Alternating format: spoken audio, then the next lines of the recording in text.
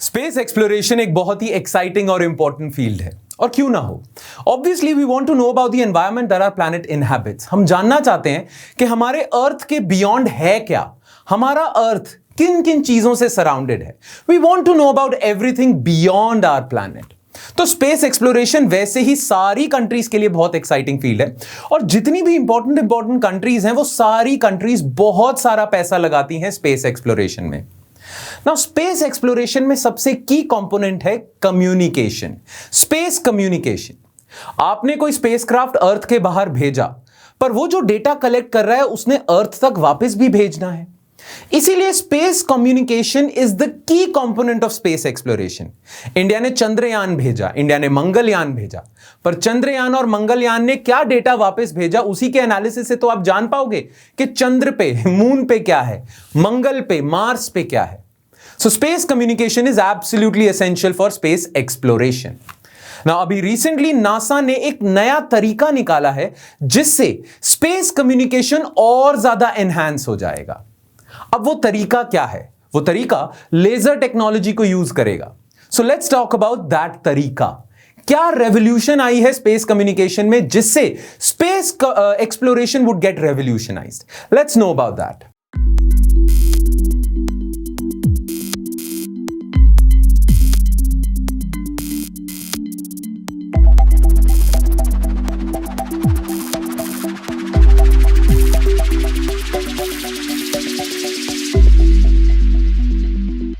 Hello everyone and welcome to Vigyan series, जिसमें हम बात करेंगे साइंस एंड टेक्नोलॉजी से related important news items, important concepts which will help you in your examination, which will help you in your UPSC preparation.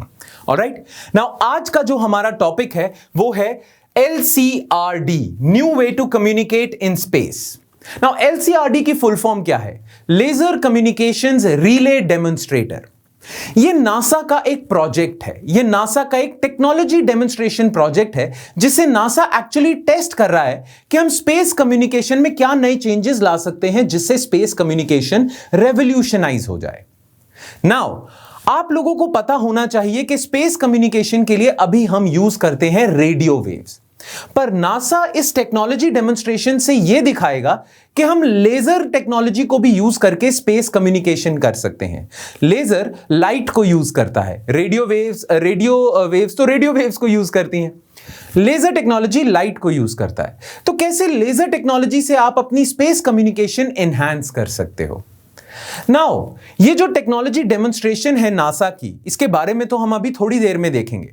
पहले हमें पता होना चाहिए कि लेजर टेक्नोलॉजी है क्या, what is laser communication, and अगर हम लेजर कम्युनिकेशन स्पेस कम्युनिकेशन में यूज करें तो इससे हमें क्या क्या फायदे हो सकते हैं।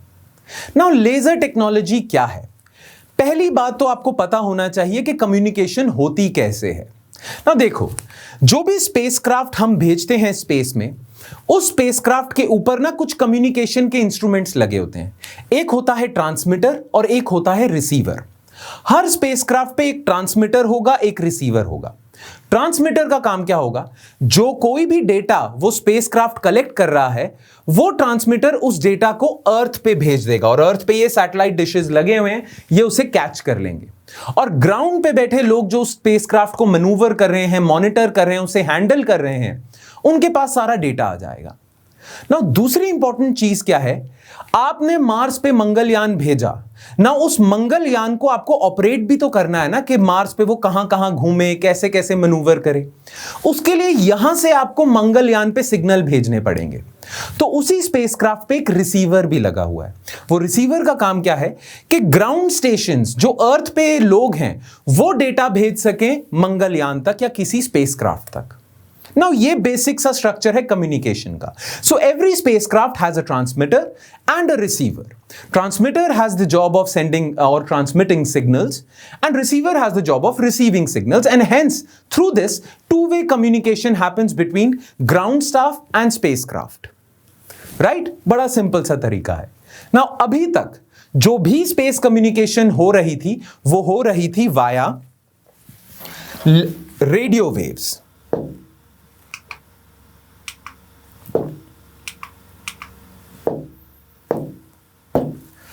Radio waves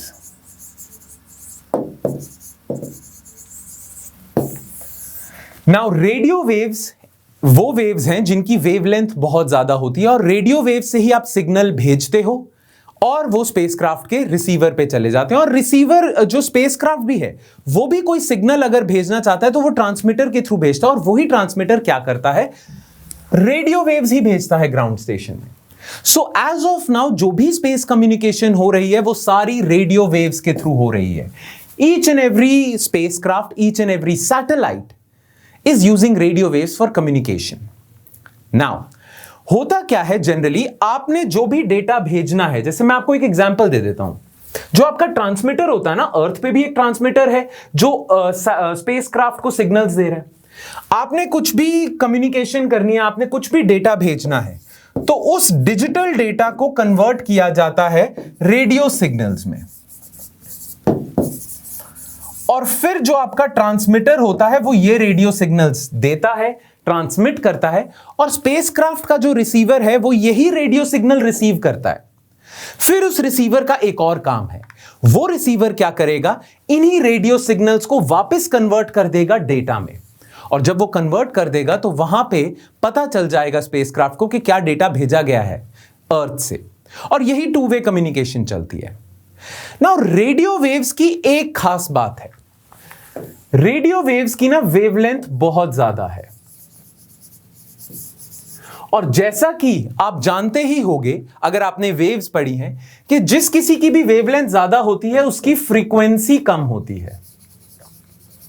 you must know this कि frequency and wavelength of a wave are inversely proportional और आर इनवर्सली रिलेटेड। सो जितनी ज्यादा वेव की वेवलेंथ होगी उतनी कम फ्रीक्वेंसी होगी। नाउ फ्रीक्वेंसी से हमारा मतलब क्या है, फ्रीक्वेंसी अगर किसी वेव की कम होती है ना तो वो क्या करता है, वो कम सिग्नल्स भेज पाएगा और कम जल्दी सिग्नल्स भेज पाएगा। फ्रीक्वेंसी क्या होता है, एक जो वेव होती है वो कितनी ज्यादा एक पॉइंट से कितनी वेव्स पास कर सकती हैं। तो अगर किसी वेव की फ्रीक्वेंसी ज्यादा है तो वो फास्ट है, एक ही सेकंड में वो बहुत ज्यादा डेटा भेज पाएगी और अगर किसी वेव की फ्रीक्वेंसी कम है तो वो एक ही सेकंड में कम डेटा भेज पाएगी, यही फ्रीक्वेंसी है ना। रेडियो वेव्स की आपकी वेवलेंथ तो ज्यादा है जिसकी वजह से ये लॉन्गर डिस्टेंसेस तक ट्रैवल कर सकते हैं पर उसकी फ्रीक्वेंसी कम है। नाउ नासा ने एक और तरीका निकाला है और उसे ही टेस्ट कर रहा है नासा क्या करने की कोशिश कर रहा है, NASA instead of radio waves is trying to use infrared waves. अब ये जो इंफ्रारेड वेव्स है इन्हें लेजर फॉर्म में सेंड करेगा नासा, ठीक है। अभी रेडियो वेव सेंड करता है पल्स के फॉर्म में, फिर इंफ्रारेड रेज सेंड करेगा, ट्रांसमिट करेगा और रिसीव भी करेगा। इंफ्रारेड रेज को यूज किया जाएगा लेजर बीम के फॉर्म में, तो यही इंफ्रारेड रेज लेजर बीम के फॉर्म में एमिट होंगी, रेडियो सिग्नल्स की जगह इंफ्रारेड सिग्नल्स होंगे। नाउ इंफ्रारेड सिग्नल की खास बात अगेन क्या है, what does infrared signal is all about. Infrared rays क्या होती है, इंफ्रारेड रेज अगर हम पूरे वेव स्पेक्ट्रम को देखें, इलेक्ट्रोमैग्नेटिक स्पेक्ट्रम को देखें तो इंफ्रारेड वेव्स की वेवलेंथ है कम। इसका एक और मतलब क्या निकलता है, अगर उसकी वेवलेंथ कम है तो उसकी फ्रीक्वेंसी है ज्यादा। और इंफ्रारेड वेव्स अगर हम अच्छे से एक्सप्लॉइट कर पाएं तो हम ज्यादा फ्रीक्वेंसी पे सिग्नल्स भेज सकते हैं। यानी कि एक सेकंड में रेडियो वेव्स जितनी पास हो रही थी एक पॉइंट से, इंफ्रारेड वेव्स ज्यादा पास होंगी, तो आप एक सेकंड में ज्यादा डेटा भेज पाओगे अगर आप इंफ्रारेड सिग्नल्स को अच्छे से एक्सप्लॉइट कर पाओ। अगेन रीजन क्या है कि infrared waves have a higher frequency. तो ये जो नासा का मिशन है लेजर कम्युनिकेशन रिले डेमोन्स्ट्रेटर, ये जो नासा का मिशन है ये टेस्ट करेगा स्पेस कम्युनिकेशन में इंफ्रारेड वेव्स को, इंफ्रारेड सिग्नल्स को। तरीका वही होगा, डिजिटल डेटा को आप इंफ्रारेड सिग्नल्स में ट्रांसफॉर्म करोगे, फिर उसे ट्रांसमिट करोगे, फिर रिसीवर इन्हीं इंफ्रारेड सिग्नल्स को रिसीव करेगा और फिर उसे डिजिटल डेटा में कन्वर्ट कर देगा, राइट। ऐसी ही कम्युनिकेशन चलेगी, बस रेडियो वेव्स की जगह अब आप यूज कर रहे हो इंफ्रारेड वेव्स। और इंफ्रारेड वेव्स की एडवांटेज अगेन क्या निकलती है, इंफ्रारेड वेव्स की फ्रीक्वेंसी ज्यादा है। ना फ्रीक्वेंसी ज्यादा होने से क्या हो रहा है, वेल अगर फ्रीक्वेंसी किसी वेव की ज्यादा है तो आप एक सेकंड में बहुत ज्यादा डेटा भेज सकते हो। नासा का एस्टिमेट यह है कि अगर हम इंफ्रारेड सिग्नल्स को अच्छे से एक्सप्लॉइट कर पाएं और रेडियो वेव्स को इंफ्रारेड वेव से रिप्लेस कर दें, तो हम 100 टाइम्स मोर डेटा भेज पाएंगे। 100 टाइम्स मोर डेटा, आपकी बैंडविड्थ 100 टाइम्स बढ़ जाएगी। ठीक है, और मोर देन 100 टाइम्स भी हो सकता है। नासा का तो ये कंजर्वेटिव एस्टिमेट है। जैसे नासा ने ना एक एग्जाम्पल से लोगों को समझाया। नासा कहता है देखो, हमने ना मार्स पे एक मिशन भेजा हुआ है, और मार्स पे हमने जो मिशन भेजा हुआ है ना, उसका मेन काम है कि मार्स का पूरा मैप स्टडी करके मार्स को पूरी तरह ऑब्जर्व करो, उसका एक मैप बनाओ और उस मैप को अर्थ पे वापस भेज दो। ना नासा कहता है कि अगर हम रेडियो वेव्स को यूज करें ना, तो वो मैप पूरा हमारे पास पहुंचेगा 9 वीक्स में।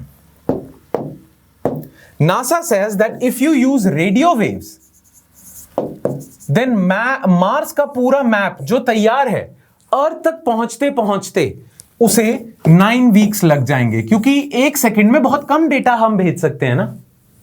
पर अगर हम इंफ्रारेड वेव्स यूज करें, तो यही मार्स का मैप अर्थ तक पहुंच जाएगा 9 डेज में। सोचो, जो चीज 9 हफ्तों में पहुंचनी थी अब 9 दिनों में पहुंच जाएगी। Imagine how powerful infrared signals are. Powerful से ज्यादा कितनी ज्यादा इनकी कैपेसिटी है। तो अगर हम डीप स्पेस कम्युनिकेशन के लिए इंफ्रारेड को यूज करना सीख जाएं, तो हम बहुत ज्यादा डेटा भेज सकते हैं, और बहुत ज्यादा डेटा अगर हम भेज सकते हैं तो बहुत जल्दी कम्युनिकेशन भी कर सकते हैं, क्योंकि फ्रीक्वेंसी तो फास्ट है। तो 9 वीक्स में जो मार्स का मैप आना था, अब 9 डेज में आएगा। तो जल्दी जल्दी कम्युनिकेशन हो रही है, जल्दी जल्दी 2 वे कम्युनिकेशन हो रही है, बहुत ज्यादा डेटा अर्थ तक पहुंच रहा है, अर्थ से बहुत ज्यादा डेटा स्पेसक्राफ्ट तक पहुंच रहा है। राइट? तो ये तो सबसे बड़ा एडवांटेज है कि अगर आप इंफ्रारेड सिग्नल्स यूज कर लेते हो तो आपकी बैंडविड्थ बढ़ जाती है, आप 1 सेकंड में ज्यादा डेटा ट्रांसमिट और रिसीव कर सकते हो ना। ये तो सबसे ज्यादा इंपॉर्टेंट एडवांटेज है। दूसरे बहुत सारे छोटे छोटे एडवांटेजेस है। वो छोटे छोटे एडवांटेजेस कहने को मैंने छोटा कह दिया, क्योंकि इसके कंपैरिजन में वो छोटे ही हैं इस पर्टिकुलर एडवांटेज के। नॉनदलेस वो सिग्निफिकेंट एडवांटेजेस हैं। नाउ एक ये एडवांटेज है, बाकी एडवांटेजेस क्या हैं? वेल, बाकी एडवांटेजेस हैं कि जो इंफ्रारेड का कम्युनिकेशन इंस्ट्रूमेंट्स होते हैं ना, वो बहुत ही लाइट वेट होते हैं, बहुत ही छोटे होते हैं, बहुत ज्यादा कॉम्प्लिकेटेड नहीं होते। रेडियो वेव्स के जो कम्युनिकेशन इंस्ट्रूमेंट्स हैं, जो एक स्पेसक्राफ्ट पे आपको लगाने पड़ते हैं, आपको एक ट्रांसमीटर लगाना पड़ता है, आपको एक रिसीवर लगाना पड़ता है, वो बहुत बल्की होता है, बहुत ज्यादा कॉम्प्लिकेटेड होता है, और बहुत ज्यादा क्या कहते हैं, हैवी होता है। राइट? उसके कंपैरिजन में अगर हम इंफ्रारेड के कम्युनिकेशन इंस्ट्रूमेंट्स की बात करें, तो वो लाइट वेट है, बहुत कम स्पेस ऑक्यूपाई करता है, और बहुत ही कम कॉम्प्लिकेटेड है। ना इससे फायदे क्या निकलते हैं? अगर आपका देखो, आप जो एक स्पेसक्राफ्ट भेजते हो ना, उसका वेट की एक लिमिट होती है, आप लिमिटेड वेट के ही स्पेसक्राफ्ट भेज सकते हो। अगर कम्युनिकेशन इंस्ट्रूमेंट्स का वेट कम हो जाता है, तो बाकी साइंस इंस्ट्रूमेंट्स आप ज्यादा यूज कर सकते हो ना। अभी तो क्या है, एक लिमिट है कि मार्स पे जो हम मंगलयान भेज रहे हैं, उसमें ये इंस्ट्रूमेंट्स ही डाल सकते हैं हम। एक सेसिमोग्राफ डाल देंगे, एक एटमॉस्फेयर एनालाइजर डाल देंगे, ये साइंटिफिक इंस्ट्रूमेंट्स हम डाल देंगे, पर कम ही डाल सकते हैं, बिकॉज वेट की लिमिट है ना। और ज्यादातर वेट तो ये आपका कम्युनिकेशन इंस्ट्रूमेंट्स ले गए। पर अगर हम इंफ्रारेड यूज करें तो कम्युनिकेशन इंस्ट्रूमेंट्स का वेट हो जाएगा कम, तो अब आप ज्यादा साइंटिफिक इंस्ट्रूमेंट्स लेके जा सकते हो। नाउ होता क्या है, इससे एडवांटेजेस क्या है? एक तो साइंटिफिक एडवांटेज है, आपको ज्यादा साइंटिफिक इंस्ट्रूमेंट्स आप लेके जा सकते हो। दूसरा, क्योंकि ये लाइट वेट है, तो आपको कम फ्यूल की भी रिक्वायरमेंट है। लॉन्च के टाइम पे भी आपको ज्यादा फ्यूल की रिक्वायरमेंट नहीं है। और इसी के साथ साथ इंपॉर्टेंट चीज क्या आती है कि जो आपका लॉन्च होगा, क्योंकि ये इंस्ट्रूमेंट्स लाइट वेट है, आपका लॉन्च लेस एक्सपेंसिव होगा, कम पैसा खर्च होगा आपका। क्योंकि ये इंस्ट्रूमेंट्स लाइट वेट है, तो इसीलिए लॉन्च पे खर्चा कम होगा। क्योंकि ये इंस्ट्रूमेंट्स कम कॉम्प्लिकेटेड हैं, इन्हें बनाना भी बहुत सस्ता है, तो आप लेस एक्सपेंसिव हो जाएगा आपका पूरा का पूरा स्पेस कम्युनिकेशन का लॉन्च। तो आने वाले टाइम में जितनी भी आप सैटेलाइट्स लॉन्च कर रहे हो, उनकी कॉस्ट कम आ जाएगी। जितने भी स्पेसक्राफ्ट्स आप लॉन्च कर रहे हो, उनकी कॉस्ट कम आ जाएगी। अगर नासा सक्सेसफुली ये LCRD मिशन टेस्ट कर लेता है। अभी तो नासा ने लॉन्च किया है, राइट? अगर वो सक्सेसफुली डिस्प्ले कर देता है, डेमोन्स्ट्रेट कर देता है, तभी इसका नाम डेमोन्स्ट्रेटर है। अगर सक्सेसफुली डेमोन्स्ट्रेट हो जाता है तो आने वाले समय में we will be more equipped to use infrared signals for space communication and that would revolutionise space exploration, क्योंकि स्पेस एक्सप्लोरेशन का सबसे इंपॉर्टेंट कंपोनेंट है space communication. Alright, make sense? Now LCRD mission के बारे में थोड़ी और जानकारी ले लेते हैं, because now you know what laser communication is all about, how infrared signals are better than radio signals. ये अब आप जान चुके हो और इसकी प्रोजेक्ट की सिग्निफिकेंस भी जान चुके हो। अब आपके प्रीलिम्स में, यूपीएससी में जनरली जो सवाल पूछे जाते हैं वो मिशन से रिलेटेड भी पूछे जाते हैं, कुछ ट्रिविया भी आपसे पूछा जाता है, कुछ रट्टे मारने वाले फैक्ट्स भी आपसे पूछे जाते हैं, तो उनको भी डिस्कस कर लेते हैं, राइट? कि ये जो laser communication relay demonstrator mission है, इसकी कुछ डिटेल्स हमें पता होनी चाहिए, तो वो फटाफट से देख लेते हैं। The LCRD payload is hosted on board the US Department of Defense's Space Test Pro Satellite 6। तो इस सैटेलाइट के थ्रू आपने ये भेजा है, ये सैटेलाइट लॉन्च करी है और इस पे इंफ्रारेड इंस्ट्रूमेंट्स लगाए हैं। इसका नाम है STP-SAT-6, space test program satellite 6। It will be in the geosynchronous orbit. ये पूछा जाता है सवाल कि कौन से ऑर्बिट में होगा, पोलर ऑर्बिट में, सन सिंक्रोनस में, या जियो स्टेशनरी में, या जियोसिंक्रोनस में। तो it will be in a geosynchronous orbit over 35,000 kilometre above earth. ये फैक्ट्स याद रखने हैं आपने। The agency's first ever laser communication system from Cape Canaveral Space Force Station in Florida. Florida से लॉन्च किया है, और रॉकेट का नाम क्या है जिससे ये लॉन्च हुआ है? Atlas 5। For the first 2 years, LCRD will test its communications capabilities. It will be controlled by engineers at the LCRD mission's ground station. Ground station जो कैलिफोर्निया में है और हवाई में है, वहां से इससे कम्युनिकेशन होगी। The team will send test data through radio frequency signals and the LCRD will reply using optical signals. Optical signals मतलब यही लेजर सिग्नल्स। तो जो ग्राउंड स्टेशंस हैं वो रेडियो सिग्नल्स भेजेंगे, और वो जो सैटेलाइट है ये STP-SAT-6, ये इंफ्रारेड लेजर सिग्नल से कम्युनिकेट बैक करेगा, राइट? तो टेक्नोलॉजी डेमोन्स्ट्रेट भी हो जाएगी और कंपैरिजन भी हो जाएगा कौन सा बेटर है, क्योंकि भेजने में टाइम ज्यादा लगेगा और आने में कम टाइम लगेगा, तो आपको पता चलेगा ना इंफ्रारेड कितना बेटर है रेडियो से। Make sense? तो ये थी सारी डिटेल जो आपको पता होनी चाहिए इस मिशन के बारे में। ऑलराइट, और इसी के साथ हमारा ये टॉपिक खत्म होता है। आई होप आपको ये अच्छे से समझ आ गया हो। Alright, so that's it from my side guys. I hope you enjoyed today's video of विज्ञान सीरीज। हम और भी ऐसे साइंस एंड टेक्नोलॉजी के कॉन्सेप्ट्स और साइंस एंड टेक्नोलॉजी के इश्यूज, करंट अफेयर्स डिस्कस करते जाएंगे इन आवर विज्ञान series. And please watch this series because this will be very beneficial for you for your prelims as well as mains examination. So stay tuned. Thank you everyone. Jai Hind everyone. If you are determined to be an IAS IPS officer and you're looking for the best IAS coaching, then join our UPSC Comprehensive Pre-Com Mains course. It will provide you a one-stop solution to all your preparation related worries. Details are given in the description.